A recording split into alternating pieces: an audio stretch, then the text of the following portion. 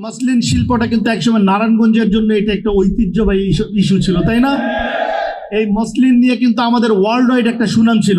আজকে আপনারা দেখবেন এই মসলিন নিয়ে কিন্তু আমাদের পার্শ্ববর্তী অনেক কান্ট্রি কাজ করছে এবং মসলিনের সেই পণ্য আমরা আবার আমাদের দেশেও কিন্তু আমরা ব্যবহার করছি।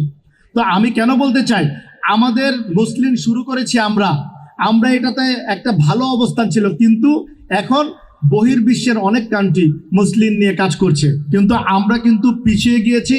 আমি মনে করি এই মসলিন এবং তাঁতের অন্যান্য যে শিল্পগুলো আছে, জামদানি আছে এবং আমাদের দেশীয় তাঁত বলতে যা যা আছে, সেই সব সেক্টরগুলো আমি আমাদের মাননীয় প্রতিমন্ত্রীর নেতৃত্বে আমি মনে করি আমাদের নারায়ণগঞ্জ আবার এই তাঁত শিল্পের ব্যাপক উন্নয়ন ঘটবে, সেই আশাবাদ ব্যক্ত করছি এবং মাননীয় মন্ত্রীর দৃষ্টি আকর্ষণ করছি। আমাদের সচিব সাহেব আছেন, তিনি কিন্তু বলেছেন আপনারা তাঁতের লোনের ব্যাপারে বলেছেন, ঋণের ব্যাপারে একটু বৃদ্ধি করলে আপনাদের সুবিধা হবে সেটা বলেছেন, কিন্তু ঋণ যদি নিতে হয় আগের ঋণটা তো আপনাদের ঠিক করতে হবে। আপনাদের পূর্বের যে ঋণগুলো রয়ে গেছে সেটা যদি আপনারা সুদ না করেন তাহলে তো ওনারা পুনরায় ঋণ দিতে আপনাদের পারবে না। এই প্রত্যেকটা সেক্টরের তো কিছু রুলস আছে, তাই না? সেই রুলসটাও তো আমাদেরকে ফলো করতে হবে, তাই না?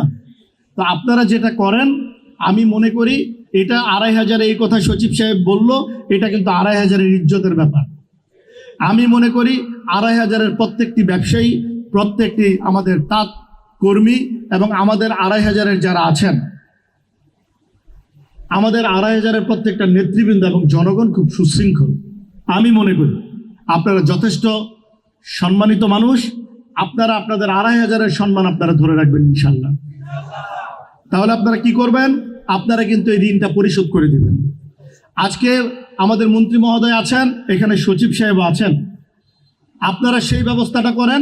পরবর্তী ঋণের ব্যবস্থা যাতে প্রপারলি হয়, আমি দায়িত্ব নিয়ে ওনাদেরকে বলে সেই অ্যারেঞ্জমেন্ট করার ব্যবস্থা করবো ইনশাল্লাহ।